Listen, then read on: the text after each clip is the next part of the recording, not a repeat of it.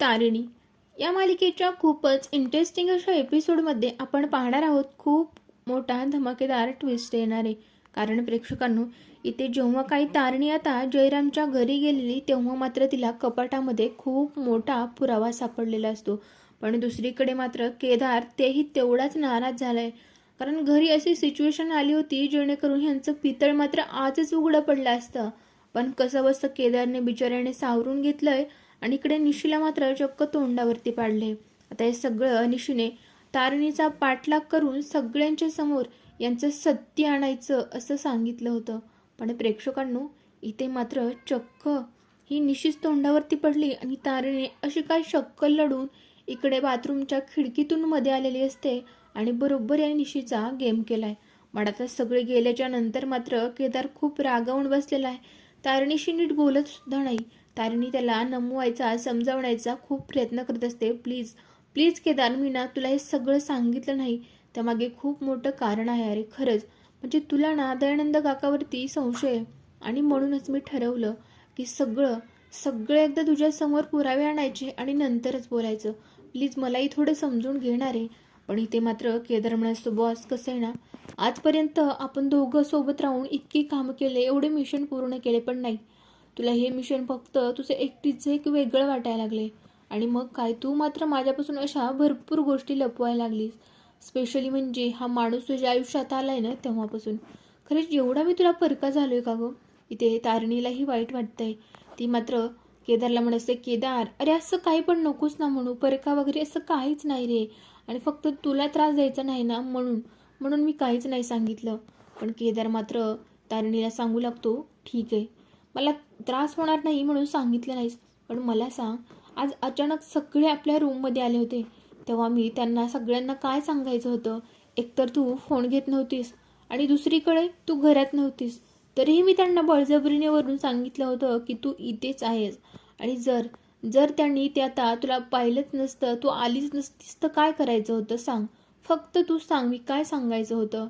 तेव्हा मात्र तारिणी शांत बसते, म्हणते, खरंच आजपासून असं कधीच होणार नाही याची खात्री देते मी तुला, पण प्लीज एकदा एकदा माफ कर. खरंच सॉरी न, इथून पुढे कधीच असं एकटी न सांगता तुला नाही जाणार. पण प्रेक्षकांनो, इथे मात्र आता तारिणी म्हणते, जाऊ दे ना, बघ ना, मला तुला खूप आनंदाची एक बातमी द्यायची. अरे जयरामच्या कपाटामध्ये तुझ्या आईबद्दल, म्हणजे चक्क तुझ्या आईबद्दल खूप सारे असे पत्र लिहिलेले आहेत. ते आहेत बघ, तुला दाखवायचे आहेत का? आणि त्यासाठी मी एवढ्या रात्री जाऊन जयरामच्या कपाटात सगळ्या घरात पाहणी केली, पण ना इथे खून करणारा वेगळाच कोणीतरी असं निदर्शनास आलंय रे. म्हणजे चक्क या दोघांची तिथे झटापट झाली होती, ते खुनी माणसाची आणि जयराम काकांची. त्यामुळे मालिकेमध्ये प्रेक्षकांनो आता खूपच वेगळंच वळण येणार आहे. आता ते सगळं पुढे कसं होणार आहे, कशा प्रकारे तारिणी आता हे सगळे पुरावे सगळ्यांच्या समोर सादर करणार आहे. आणि ते कौशिकी, तिला तर आश्चर्याचा धक्का बसणार आहे की तारिणीने हे सगळं कसं केलं. का प्रेक्षकांना इथे खरंच त्यांची आता खरी ओळख समोर येणार आहे, हे सुद्धा पाहणं खूपच इंटरेस्टिंग असणार आहे. त्यासाठी व्हिडिओ शेवटपर्यंत पाहत राहा. प्रेक्षकांनो, इथे मात्र आता युवराज आणि ही निशी दोघांचं बोलणं चाललेलं असतं. निशी मात्र इथे या तारिणीबद्दल सांगण्याचा खूप प्रयत्न करते युवराजला, पण युवराज काय तिचं ऐकून घ्यायला तयारच नसतो. निशी, कसं आहे ना, तू डोक्यावर पडलीस. खरंच तुम्ही बेलसरींच्या मुली तशाच आहेत का गं? एक ती तारिणी आणि ही दुसरी तू. पण इथे निशी मात्र किती युवराजला समजावण्याचा प्रयत्न करते तरी युवराज काय उठायला तयार नाही. युवराज म्हणत असतो प्रत्येक वेळेस, ही किती खोटारडी मुलगी ना, आणि प्रत्येक वेळेस त्या तारिणीचा बदला घ्यायचा म्हणून काय बाई खोटं नाटं सांगत असते आणि प्रत्येक वेळेस तोंडावर पाडते, प्रत्येक वेळेस अपमान करायला लावते. पण आता नाही, आता तुझ्यावरती कधीच विश्वास नाही ठेवणार. प्रेक्षकांनो, कुठेतरी घरातले सगळेच निशीवरती विश्वास ठेवायला घाबरतात. खरं तर ती खरीच असते, पण इकडे बरोबर तारिणी तिचा हा गेम करते. कारण असतं तसं, कधीतरी निशी खोटं बोललेली, पण सगळे तिला खोटारडेच ठरवून बसलेत. कधीही तिच्यावर कोणीही विश्वास ठेवत नाही. अगदी आताही तसंच झालंय. पण तरीही कौशिकी इकडेही बदमिणी सगळ्याजणी निशीच्या खातीर म्हणण्याखातीर तिथे जाऊन पाहतात, तरीही कोणीच नसतं. कारण तिथे ऑलरेडी तारिणी गेलेली परत आलेली आहे. आता प्रेक्षकांनो, या सगळ्यांमुळे मात्र परत एकदा निशीला चांगलाच ओरडा पडलाय. इकडे ही कौशिकी ती तर चांगलीच निशिला धमकावते. काय ग निशिता, आज शेवटचं सांगते तुला. आणि मेन म्हणजे इथून पुढे जर असा फाजीलपणा केलास ना तर चक्क तुला घराच्या बाहेर काढेल. आता बाद झाले, शेवटचं आहे. सतत बघते. अगं किती त्या तारिणीचा दुस्वास करशील, किती रागराग करशील. पहिलं हे रागराग करणं बंद कर, नाहीतर माझ्यासारखी वाईट कोणीच नाही. आणि प्रेक्षकांनो, इथे मात्र काही चूक नसताना वगैरे सुद्धा इकडे निशिला बिचारीला माफी मागायला तर लावलेली, ती म्हणजे केदारची आणि तारणीची. आता दुसरीकडे प्रेक्षकांनो, निशी मात्र रूममध्ये जाऊन चांगलाच इकडे चिडचिड करत असते. युवराजला म्हणायचं, युवी उठ ना. अरे ही तारिणी ना खूप चाप्टर निघाली खरंच. ती अशी काय जादू करते रे. म्हणजे मी स्वतः तिच्या मागे मागे गेले होते तेव्हा ती क्या गल्लीत कुठेतरी शिरली होती. आणि आता असं आपण सगळे इथेच असताना अचानक कुठून बरं आले असेल मध्ये. पण इथे युवराज मात्र तिलाच ओरडायला लागतो, निशी खरंच मी म्हणतोय ना, तू डोक्यावर पडलेली अगदी ती बरोबर आहे. अगं ती बाहेरून यायला ती गेलीच नसेल ना, तर बाहेरून येणार कशी. खरंच तू स्वप्नात वगैरे बघितलंस आणि चक्क सगळ्यांना गोळा केलंस आणि परत एकदा तोंडावर आपटलीस अशी सपकणी. आता प्रेक्षकांनो, इथे मात्र निशी विचार करू लागते, खरंच हे सगळे मला खोटं ठरवतायत ना, पण एक दिवस असा येईल ना सगळे माझ्यावरती विश्वास ठेवतील. तो दिवस लवकरच येईल. आणि खरंच ही तारणी एवढी महाचाप्टर आहे. ती मी स्वतः तिला पाहिलं होतं की तोंडाला स्कार्फ बांधून ती घराच्या बाहेर गेली होती. मी स्वतः तिचा पाठलाग केला होता. स्वप्नात कशी असेल बरं. आणि ती गुंड, त्यांनी माझी छेड काढण्याचा सुद्धा प्रयत्न केला. मग असं अचानक ही तारणी कुठून आली असेल. इकडे दुसरा दरवाजा तर नाही, पण त्या दारातून मी आली नाही, मग आली कुठून. खरंच इथे निशीला सुद्धा धक्काच बसतो. ही तारणी ना खूप पोचलेली, हिच्यावरती बारीक नजर ठेवायला हवी. दुसरीकडे मात्र प्रेक्षकांनो, आता हे केदार आणि तारणी या दोघांमधले रुसवे फुगवे काही जात नाहीत.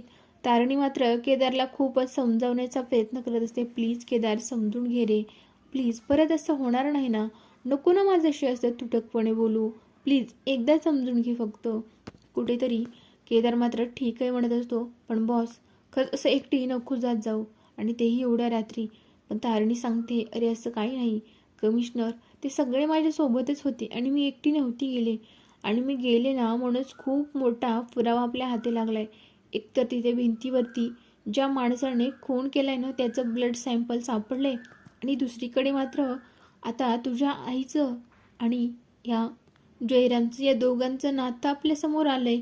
ते म्हणजे चक्क तुझ्या आईला बाबांनी लिहिलेलं पत्र ह्या जयरामने कधी तिकडं पोहोचवलेच नाहीत रे. त्यांनी मात्र स्वतःजवळच ठेवले. पण हे सगळं का केलं असेल त्यांनी. खरंच कोणाच्या सांगण्यावरून, म्हणजे नक्कीच कोणाच्या तरी सांगण्यावरून ते सगळं करत होते. पण कोणाच्या सांगण्यावरून केलं असेल. खरंच बाबा आणि काकू कोणाला एकत्र यायला नको होत्या. आणि तेव्हा मात्र कुठेतरी आता इकडे या तारणीच्या मनात मात्र पद्मिनीचा विचार येऊन जातो. खरंच बाबा आणि इकडे काकू हे दोघांना एकत्र येऊ नये अशी एकच व्यक्ती असू शकते, ते म्हणजे पद्मिनी काकू. खरंच त्यांना वाटत असेल का. आणि दयानंद काका, खरंच ह्या दोघांनी मिळून त्यांचा संसार मोडण्याचं ठरवलं असेल. खरंच ना खूपच हादरवणारी गोष्ट आहे खेडी.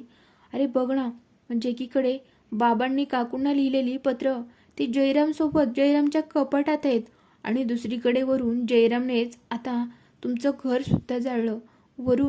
वरून आता जयराम बाबांना काहीतरी सांगणार होता तेव्हा जयरामचा खून सुद्धा झाला. आता बघ ना, सगळे किती योगायोग म्हणायचे रे. म्हणजे नक्कीच कुठेतरी पाणी मुरतंय. खरंच ह्या सगळ्यांचा शोध घ्यायला पाहिजे. पण नक्कीच याच्याशी ना पद्मिनी काकूंचा काहीतरी संबंध आहे. आता इथे केदार म्हणतो, खरंच असं असू शकतं बॉस. बघ ना, अगं म्हणजे इकडे हा माणूस आणि माझी आई या दोघांचं लग्न झालेलं, पुन्हा त्यात ह्या पद्मिनी काकूंचं लग्न. आणि कोणत्या स्त्रीला वाटतं ग आपल्या नवऱ्याच्या आयुष्यात दुसरी एखादी स्त्री असावी. खरंच छाननी तर केलं नसेल ना सगळे. आता इथे मात्र तारणी आणि केदार या दोघांचा संशयही पद्मिनीवरती जाऊ लागलेला आहे. आता दुसरीकडे प्रेक्षकांनो, कशा पद्धतीने इकडे पद्मिनीकडून सगळं सत्य वधवून घेणार. नक्की पद्मिनीने कोणत्या गुंडांच्या मदतीने ह्या जयरामचा खून केलाय ते पाहणं मात्र खूपच मोठं मनोरंजक असणार आहे. आणि कशा पद्धतीने ह्या पद्मिनीच्या सगळ्या आतापर्यंतचे कारस्थानं ते सुद्धा बाहेर येणार आहेत. दुसरीकडे मात्र आता जेव्हा कौशिकीला हे सगळं समजेल तेव्हा कौशिकी काय निर्णय घेईल हे पाहणं तेवढंच इंटरेस्टिंग असणार आहे. त्यासाठी असेच मालिकांचे नवनवीन अपडेट्स जाणून घेण्यासाठी आपल्या चॅनलशी कनेक्ट राहा आणि असेच मालिकांचे नवीन नवीन भाग पाहण्यासाठी चॅनलवर नवीन असाल तर व्हिडिओला लाईक शेअर आणि चॅनलला सबस्क्राईब करा.